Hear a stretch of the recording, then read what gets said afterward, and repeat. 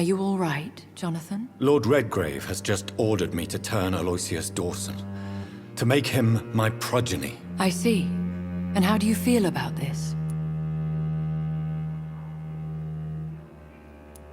I'd like your advice on the matter. The real question here is, why has his lordship given you this task? Do you think it's some sort of trap? Do you really want to know what I think about this? I do, yes. To make an immortal of a soulless blackguard like Aloysius Dawson will only lead to a disaster for London. The man is already dead inside. Should I refuse? Perhaps politely suggest that Lord Redgrave turn the man into a vampire himself. Don't you dare, my dear. According to what I've recently discovered, his lordship could kill you for even broaching the subject. Really? Why? I've recently found proof that the Earl of Bristol is of lesser lineage and only capable of creating skulls. Please tell me more about your recent investigation. As long as you lower your voice. What would you have me do about Dawson? The man is dangerous. Did you know he plans to build a wall to separate the healthy rich from the sickly poor? Do not make him your progeny. What would you do? The man's dying already. Let the Reaper harvest the rotten fruit that is his soul. What would happen if I made Dawson an Ekon like myself? You would add a powerful immortal into a suffering world. An immortal who already craves authority. Maybe I could teach him control, like you taught me.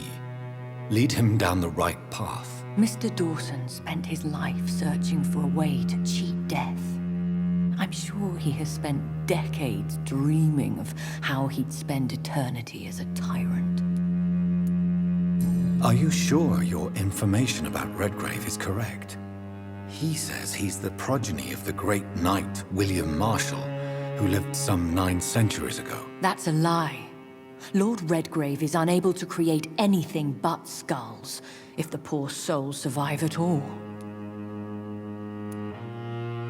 How can you be sure the information was correct? I made the acquaintance of a most interesting informer while investigating your maker, from whom I learned the truth about Lord Redgrave. Why so vindictive?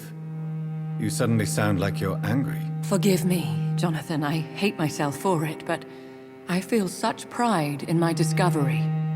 I'm afraid I just can't help it. Which is? He did serve William Marshall. And yes, the blood he covets as a token does truly belong to that legendary knight. But he was never his progeny. His lineage is not so noble. Goodbye for now, Elizabeth. Goodbye, my dear. Please, be careful.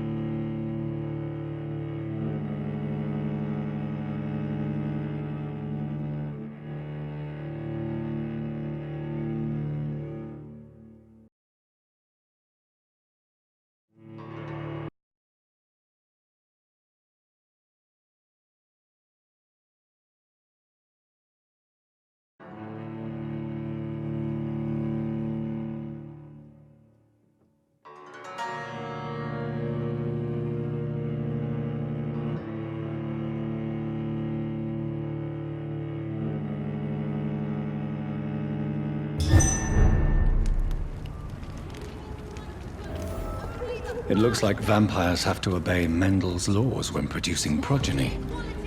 Powers pass from one generation to another. That's why Dawson wants me to sire him.